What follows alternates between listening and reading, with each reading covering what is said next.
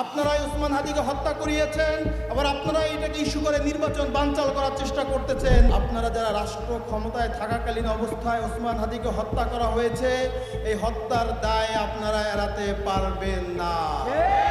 সে বাংলাদেশের 18 কোটি মানুষকে পথ দেখিয়েছে কিভাবে রাজপথে আন্দোলন করতে হয়, কিভাবে স্বাধীনতা সার্বভৌমত্ব টিকিয়ে রাখতে হয়, এজেন্সির রক্ষচক্ষুকে উপেক্ষা করে জনসাধারণের নেতা হয়ে উঠতে হয়।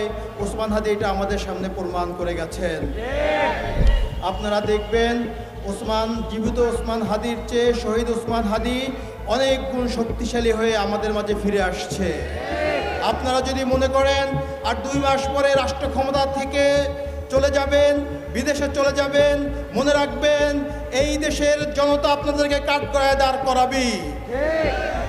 ফেব্রুয়ারিতে দেশে নির্বাচন হতে হবে এবং সেই নির্বাচন করার জন্য সে প্রস্তুতি নিয়ে মাঠে নেমেছিল, কিন্তু তাকেই হত্যা করে নির্বাচন বাধাগ্রস্ত করার চেষ্টা হচ্ছে।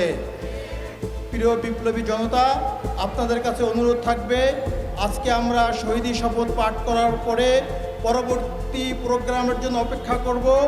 পরবর্তী প্রোগ্রাম থেকে খুনিদেরকে গ্রেফতার করা না পর্যন্ত রাজপথ ছেড়ে আমরা যাব না ইনশাআল্লাহ।